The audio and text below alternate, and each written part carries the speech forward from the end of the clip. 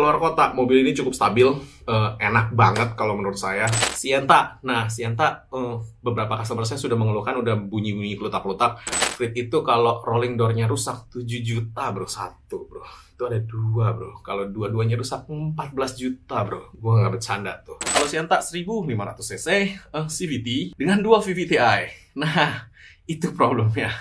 Nah, kalau untuk kursinya di depan, Toyota cakep ya, maksudnya interiornya cakep, interiornya. Nah, saya kalau disuruh pilih Sienta apa pilih Frit, saya tetap pilih. Cari bengkel mobil yang tepat, ayo ke dokter mobil aja. Jujur, cepat dan juga lengkap, ayo ke dokter mobil aja. Kualitas yang terbaik, harga juga bersahabat. Percayalah, di dokter mobil pasti beres. Hai lovers, balik lagi dengan saya Dokter Mobil. Di video kali ini kita akan membahas Sienta dengan Frit. Nah, karena kan yang kelasnya sama dan banyak orang ya nanya saya sih punyanya Frit di rumah. Saya nggak punya Sienta. Cuman Sienta itu biasa lah, teman-teman gue juga udah banyak yang punya kan. Pak Heru ya kan, yang biasa kita masukin YouTube juga gitu kan. Nah, Sienta atau Frit? Oke. Frit itu sayangnya discontinue line di Indonesia. Frit keduanya nggak dikeluarin. Dia hanya keluar di Singapura, Malaysia ya, nggak masuk ke Indonesia. Padahal Frit yang kedua itu 11-12 lah ya, sama Frit yang pertama di dalamnya juga bagus, cuman memang kurang gereng aja ya gitu loh, maksudnya di Indonesia. Saya juga nggak tahu kenapa nggak dimasukin sama Honda. Nah, kalau Frit itu mesin 1500 cc-nya punyanya si Honda Jazz biasa ya kan, kemudian transmisinya pakai Honda Type Transmission tipe Z, jadi dia pakai olinya juga yang tipe Z, itu ATF biasa sih, cuman maksudnya punya dia yang tipe Z judulnya.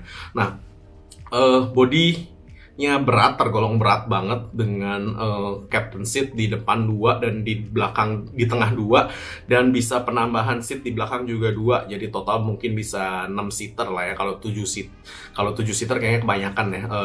Di belakang nggak terlalu lega leg roomnya, tapi masih bisa duduk dengan enak untuk kelas orang-orang ya remaja lah ya, bukan kalau orang dewasa banget yang tingginya cukup tinggi di atas 170 pasti akan sempit di belakang.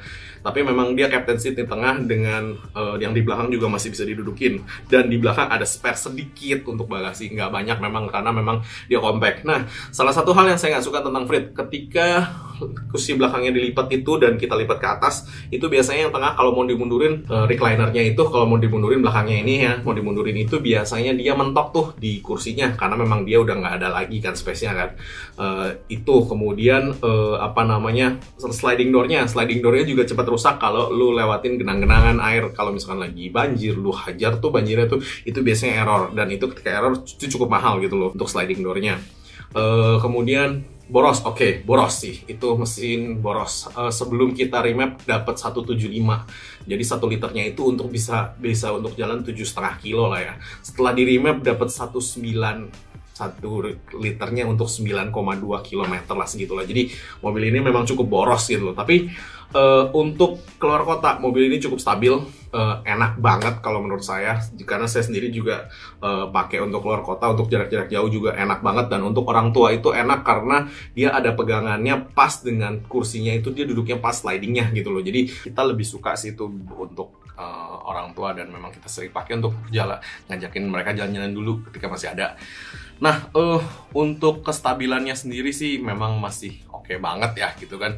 Jadi untuk keluar kota dia untuk nyalip, untuk naik gunung, untuk apa namanya di tol, kalau di Cipali kan begini gitu. Nah, itu juga masih enak banget. Dan kalau untuk jarak jauh sih nggak terlalu boros sih. Memang kalau untuk dalam kota dia hasilnya akan lebih boros. Nah, kemudian untuk handlingnya juga enak banget. Frit itu gue suka, kenapa? Karena dia panjang banget ya gitu loh, maksudnya antara si setir sama si dashboard itu kan agak panjang tuh ke depan begitu tuh, karena kan kacanya tuh tinggi gitu kan. Nah, itu sih enak banget karena kenapa, jadi kesannya tuh di dalam tuh lega. Dan gue suka dashboardnya Honda itu dia bersih gitu kan, jadi dia rapi, rata, bersih, terus ada tempat-tempat kap-kapnya satu-satu gitu kan. Dan di tengah itu gue sukanya itu dia sampai bawah gitu loh, jadi gue bisa taruh tas, taruh apa di bawah situ sehingga tidak mengganggu ketika misalkan gue lagi bawa jalan gitu kan. Nah, itu Honda ya gitu loh. Nah, kalau Sienta, oke. Sienta gue pernah pakai punya teman gue selama 2 minggu lah ya. Gue cobain dan gue pakai buat muter-muter. Oke. Untuk model body itu kan balik lagi kesukaan masing-masing kan. Saya nggak bisa ngomong yang mana yang bagus yang mana lain lebih jelek, karena kan sama aja lah ya bagi gue ya. Maksudnya body ya body gitu kan. Kalau lu suka ya suka, nggak suka ya nggak apa-apa gitu kan. Kalau Sienta 1500 cc CVT dengan dual VVTi. Nah, itu problemnya. Dual VVTi-nya itu membuat si Sienta ini menjadi lemot, ya kan? Jadi banyak banget customer yang mengeluhkan kenapa sih mobil gua kok lemot, boyo. Ya memang gitu loh, memang dibikin seperti itu beserta dengan transmisi yang CVT lagi gitu kan. Nah, jadi kebanyakan itu kita memang adjust di timing dual VVTi-nya, kita bikin supaya dia ngebukanya lebih cepat, supaya dia bisa menggunakan 100% dari cc-nya itu. Dual VVTi apaan sih kalau lu nggak ngerti? VVTi itu kan variable valve timing injection, itu kan teknologi si valve itu kan diatur buka tutupnya sehingga si engine ini bisa memilih antara memakai full 1500 cc atau misalnya hanya kepake 1000 cc. Nah, karena di cam valve-nya itu dia bisa ngegeser tuh. Artinya ngegeser itu gini loh. Jadi ketika kita di mode biasa gitu kan, si engine ini dibikin VVTi-nya misalkan option yang ekonomik nih. Nah, dia itu dibikin yang ekonomik kenapa? Supaya dia satu setut itu nggak full dia pakai 1500 cc. Hasilnya lebih irit, yes, tapi lebih boyo karena balik lagi mobil itu seharusnya 1500 cc. Jadi ketika dia dipasangin eco mode-nya itu di VVTi-nya itu dia ngebukanya itu sengaja tidak dibikin 1500 cc. Ngerti gak? Jadi misalnya nih ibaratnya ada satu tabung nih 1500 cc gitu kan. Ketika VVTi-nya itu di mode VVTi yang pertama atau eco mode, dia cuma kepake sedikit. Jadi ketika setutnya belum selesai udah ditutup tuh valve-nya. Nah, makanya ketika anginnya masuk itu tidak 1500 cc masuknya, cuma 1000 atau 1200 gitu loh. Lebih irit, cuman jadinya lebih boyo juga. Makanya itu yang kita adjust gitu loh supaya bawa mobilnya juga jauh lebih enak. Nah, kalau untuk kursinya di depan Toyota cakep ya, maksudnya interiornya cakep, interiornya ya modelnya Toyota gitu kan, modelnya Toyota bikin waktu itu ya begitu gitu loh, ya cakep gitu loh, rapi gitu kan.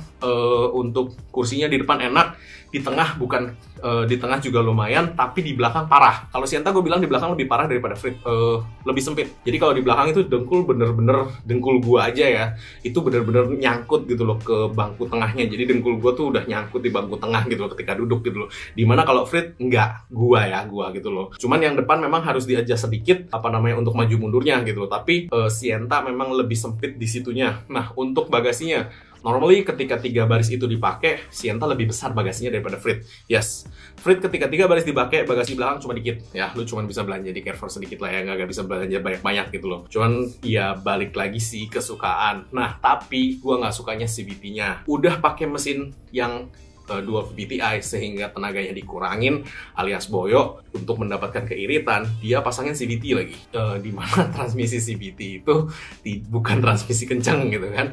Dan oke lah ya kan, kalau CVT itu lu nggak butuh flashingan, lu tinggal buka buang, lu cuma pakai 5 liter gitu kan. Perawatannya memang lebih mudah, bikinnya juga lebih mudah bagi si pabrik dan lebih murah juga. Tapi hasilnya ya itu jadinya boyo banget. Udah gitu boyonya tuh jadi kayak lu nyetir lu ngegas motor matic, ngerti gak sih?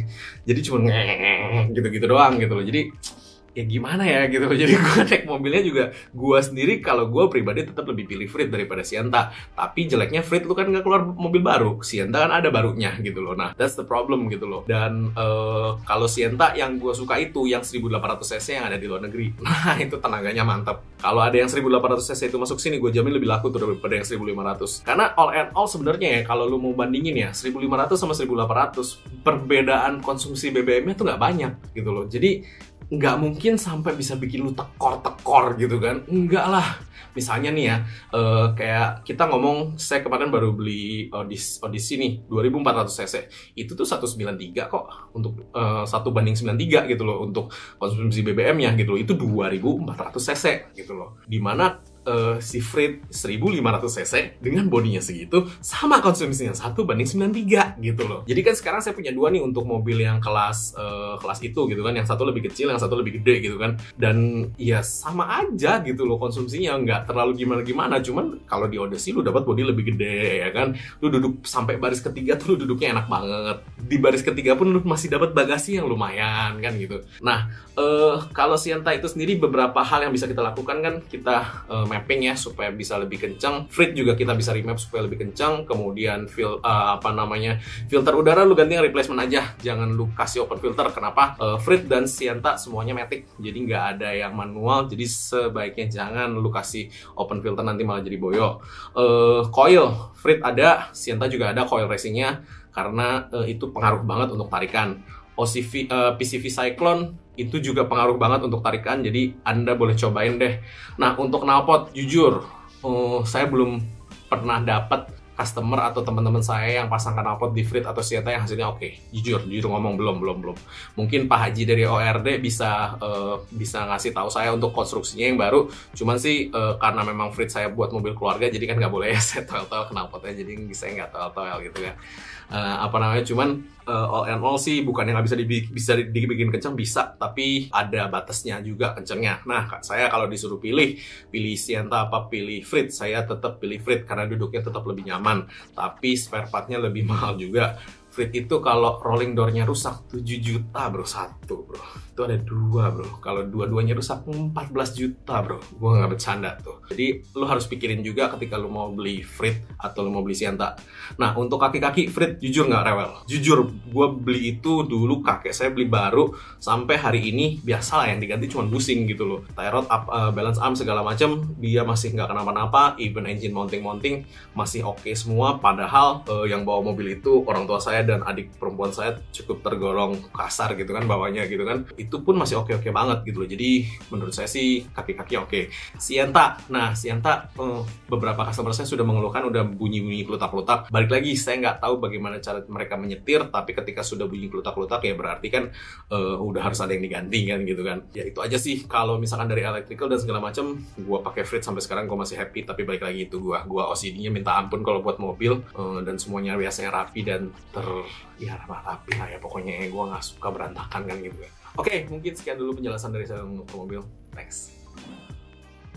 Jangan lupa subscribe, like, dan komen di YouTube kami. Thanks.